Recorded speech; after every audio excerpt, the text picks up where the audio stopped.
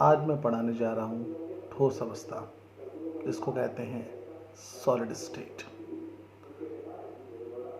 ठोस अवस्था होता क्या है? What is the mean of the solid state? Actual में जो पदार्थ होता है, पदार्थ की जो प्रारंभिक अवस्था होती है वो ठोस अवस्था होती है। तो यहाँ पर लिखा है ठोस अवस्था पदार्थ की प्रथम अवस्था यानी फर्स्ट स्टेज होती है। इसमें अवयवीकरण, अवयवीकरण का मतलब होता है सब एटॉमिक पार्टिकल्स। ये सॉलिड, ये particles, molecules, atoms and ions जो हो सकते हैं, ये निविड संकुलन यानी क्लोजली पैक्ड होते हैं। क्लोजली पैक्ड मतलब मजबूती से जुड़े होते हैं, बंधे रहते हैं। यहाँ मैंने बता रखा मजबूती से बंधे रहते हैं। सॉलिड स्टेट जो होता है उसमें निम्न प्रॉपर्टीज़ होती हैं। नंबर 1, सॉलिड, जो सॉलिड्स होता है उसमें जो सब एटॉमिक पार्टिकल्स होते हैं अवयवी कण, उनके मध्य में अट्रैक्शन होता है, सबसे ज़्यादा अट्रैक्शन होता है। इसको हम इस डायग्राम के अकॉर्डिंग देख सकते हैं। तो उस डायग्राम में जो सॉलिड स्टेट है इसमें जो सब एटॉमिक पार्टिकल्स हैं ये बहुत नियरली हैं, और जब नियरली हैं तो इनके बीच में हाईली अट्रैक्शन फोर्स होता है, मतलब आकर्षण बल सबसे ज़्यादा होता है। और जब अट्रैक्शन फोर्स होगा तो इनके बीच में जो यहाँ पर जो स्पेस होगा वो बहुत कम हो जाएगा, जिसको हम बोलेंगे लो इंटरस्टिशियल स्पेस, यानी जिसको हम हिंदी बोलेंगे अंतराकाशीय स्थान बहुत कम होता है। तो यहाँ भी बता रखा है कि जो ठोसों में जो अवयवी कणों के मध्य आकर्षण बहुत अधिक होता है। दूसरी बात, जो ठोसों में अवयवी कण निविड संकुलित होते हैं, ये बात पहले भी पता है।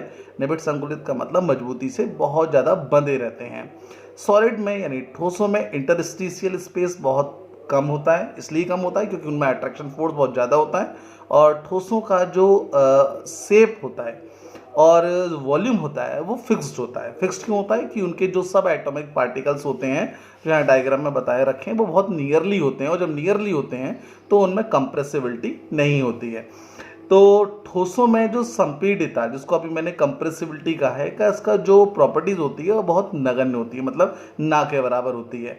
क्यों होती है? क्योंकि जब भी हम सॉलिड की बात करते हैं तो सॉलिड को हम दबा नहीं सकते, उसको हम उसके शेप को उसको चेंज नहीं कर सकते।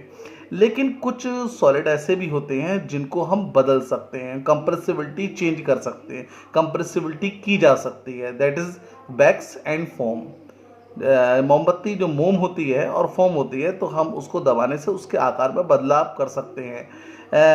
दैट इज रीजन, यही कारण है इसका आकार, इसका जो शेप साइज होता है इसको बदल सकते हैं। इसलिए ये सॉलिड तो होते हैं, लेकिन सॉलिड की एक इसको हम अदर नाम देते हैं जिसको बोलते हैं स्यूडो सॉलिड्स, माने छद्म ठोस कहते हैं। इसके बाद जो नेक्स्ट टॉपिक है अवयवी कणों की व्यवस्था के आधार पर ठोसों के प्रकार, types of solids on the basis of the arrangement of the sub atomic particles. जो पार्टिकल्स होते हैं उनको कैसे अरेंज किया जाए, तो अरेंज के आधार पर यहाँ सॉलिड्स को दो भागों में बांटा गया है। एक यहाँ पर बांटा गया है क्रिस्टलाइन सॉलिड, जिसको क्रिस्टलीय ठोस बोलते हैं, और दूसरे को बांटा गया है अक्रिस्टलीय ठोस यानी एमरफस सॉलिड बोलते हैं। मैंने यहाँ पर डायग्राम बता रखा है कि डायग्राम में बता रखा है जो सॉलिड होता है उसमें हाईली अट्रैक्शन फोर्स होता है क्योंकि उसके एटॉमिक पार्टिकल्स बहुत नियरली होते हैं। दूसरी बात, उसमें स्पेस बहुत कम होता है, लो इंटरस्टिशियल स्पेस होता है, और इसके साथ साथ की हाईली डेंसिटी होती है, इनका घनत्व बहुत ज़्यादा होता है, क्योंकि जो चीज़ ज़्यादा होती है उसकी डेंसिटी ज़्यादा होती है। तो यहाँ पर जो क्रिस्टलाइन सॉलिड की बात करते हैं तो क्रिस्टलाइन सॉलिड भी होते हैं। इन ठोसों में इन जो सब एटॉमिक पार्टिकल्स होते हैं वो रेगुलरली होते हैं। रेगुलरली का मतलब एक क्रम होता है। अगर हम पॉजिटिव बात करें, उसके बाद नेगेटिव, नेगेटिव के बाद पॉजिटिव, पॉजिटिव के नेगेटिव होते हैं, और इसलिए इनको दीर्घ परासी व्यवस्था यानी लॉन्ग रेंज ऑर्डर कहते हैं, मतलब एक लंबी व्यवस्था कहा जाता है। दैट इज, यानी एक एग्जाम्पल दे सकते हैं such as AgCl, silver chloride, NaCl, salt, normal salt etcetera. इन सॉलिड्स में जो गलनांक होता है निश्चित होता है, जैसे एक इनका फिक्स होता है। अगर हम कहें कि ये सॉलिड है, अगर हम सॉल्ट की बात करें, नमक की बात करें, तो उसका एक गलनांक एक फिक्स होगा, मतलब एक मेल्टिंग पॉइंट उसका होगा जिस पर ही वो मेल्ट होगा। और ये विषमदेशिक प्रकृति के होते हैं, यानी एनाइसोट्रॉपिक। एनाइसोट्रॉपिक का मतलब होता है कि अगर हम किसी भी सॉलिड्स की बात करें, उस सॉलिड्स में जो फिजिकल प्रॉपर्टीज होती हैं उसमें उस प्रत्येक दिशा में यानी ऑल डायरेक्शंस में अगर हम देखें तो उसकी प्रॉपर्टीज क्या होती हैं, भिन्न भिन्न होती हैं, डिफरेंट होती हैं। शायद नाम समझ में आया हो, लेकिन यहाँ पर एक छोटा सा डायग्राम है, वो डायग्राम ये इंडिकेट करेगा कि इसको एनाइसोट्रॉपिक नेचर क्यों कहा जाता है। एक सॉलिड है और सॉलिड्स में मैंने कुछ बड़े वाले कुछ गोले बना रखे हैं। ये एक समझ लो सपोज दैट ये पॉजिटिव है और कुछ छोटे छोटे गोले हैं वो इसका नेगेटिव है। तो एक सीरीज पॉजिटिव की है, एक नेगेटिव की है, फिर पॉजिटिव की है, फिर नेगेटिव की है, फिर पॉजिटिव की है। अगर जब हम इसको बनाएंगे और इसमें हम देखेंगे कि अगर इसकी डायरेक्शन ये भी डायरेक्शन है, इधर से भी डायरेक्शन है, इधर से भी डायरेक्शन है, इधर से भी, अगर हम उसका डायरेक्शन देखें, अगर मैंने डायरेक्शन यहाँ पे करा ए से बी, अगर इसका डायरेक्शन करें तो उस डायरेक्शन में हमें क्या दिख रहा है कि एक थोड़ा गोला बड़ा दिख रहा है, एक छोटा दिख रहा है, फिर बड़ा दिख रहा है, छोटा दिख रहा है, यानी एक को हम पॉजिटिव मान लें, फिर नेगेटिव मान लें, पॉजिटिव नेगेटिव पॉजिटिव और नेगेटिव। अगर यही चीज़ अगर हम ऐसे देखते हैं सी से डी की तरफ, तो या तो हमें सब पॉजिटिव दिखाई दे रहे हैं या सब नेगेटिव दिखाई दे रहे हैं। मतलब जो इसका नेचर हमें ए से वी की तरफ दिख रहा है वो सी से डी की तरफ नहीं दिख रहा है, इसलिए हम इसको बोलेंगे ये नेचर में एनाइसोट्रॉपिक है, यानी विषमदेशिक प्रकृति का है। इसके बाद मैं नेक्स्ट टॉपिक की बात करता हूँ जिसमें लिखा है एमॉर्फस सॉलिड। एमॉर्फस सॉलिड्स का मतलब होता है कि अक्रिस्टलीय ठोस। मतलब ये जो सॉलिड्स होते हैं ये सॉलिड्स तो होते हैं लेकिन एक्चुअल में इनकी कुछ फॉर्म इनकी लिक्विड फॉर्म में होती है। इन ठोसों में अवयवीकरण का एक नियमित क्रम नहीं होता है, मतलब एक रेगुलरली पैटर्न नहीं होता। अगर मैं पॉजिटिव की बात करें तो जरूरी नहीं है कि नेक्स्ट आने वाला नेगेटिव होगा, तो हो सकता है कि आने वाले जितने भी पार्टिकल्स होंगे सब पॉजिटिव होंगे, या आने वाले पार्टिकल जितने भी होंगे वो आगे आने नेगेटिव भी हो सकते हैं। इसलिए इसे लघु परासी व्यवस्था यानी जिसको बोलते हैं शॉर्ट रेंज ऑर्डर कहते हैं। एग्जाम्पल में जैसे कांच, ग्लास, रबर एंड प्लास्टिक। इन ठोसों में जो गलनांक होता है बहुत कम होता है, मतलब इनका कोई एक फिक्स नहीं होता है कि ये जैसे कोई कांच है वो इस मेल्टिंग पॉइंट पर गलेगा, रबर है तो अदर मेल्टिंग पॉइंट पर गलेगी, प्लास्टिक अदर उस पर मेल्टिंग पॉइंट पर गलेगी, मतलब सबका जो मेल्टिंग पॉइंट है वो अलग अलग होता है। ये एक अधिक ताप पर गलित अवस्था में बदल जाते हैं, मतलब एक मेल्टेड हो जाते हैं एक टेम्परेचर पर। इन सॉलिड्स में द्रवों के समान बहने का गुण होता है, मतलब इनमें एक सुपर कूल्ड लिक्विड यानी एक फ्लो ऑफ वाटर के समान बहते हैं और ये ठोस प्रकृति में समदैशिक होते हैं, यानी this nature is known as the isotropic nature. और आइसोट्रॉपिक नेचर इसलिए कहा जाता है क्योंकि किसी भी सॉलिड्स में हम देखें तो उनकी फिजिकल प्रॉपर्टीज में अगर आप की बात करें मेल्टिंग पॉइंट, बॉइलिंग पॉइंट, अगर हम बात करें डेंसिटी की बात करें तो प्रत्येक दिशा में इनके मान समान होते हैं।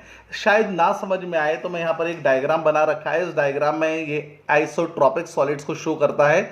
यहाँ पर क्या है कि जो इस तरह से जो गोले हैं उसको हम पॉजिटिव मान सकते हैं, इनको नेगेटिव मान सकते हैं, लेकिन इनकी कोई रेगुलरली पैटर्न नहीं है, इरेगुलरली है, मतलब कहीं पर पॉजिटिव, कहीं पर नेगेटिव, कहीं पर पॉजिटिव, कहीं पर नेगेटिव, इस तरह से बना रखा है। मतलब कोई एक सीमित समय कोई क्रम नहीं है। अगर मैंने यहाँ पे गोल बना रखे हैं तो फिर उसको एक महीन वाला बना रखा है, फिर मैंने छोटे वाले गोल बना रखे हैं, फिर मैंने बड़ा बना रखा है। तो अगर मैं इसको डायरेक्शन ए से बी की तरफ देखता हूँ तो इसमें यहाँ पर कोई पैटर्न शो नहीं हो रहा है। अगर कुछ गोल भी दिख रहे हैं तो बड़ा गोल दिख रहा है तो छोटा भी दिख रहा है, फिर एक साथ बड़े दिख गए फिर छोटा दिख गया।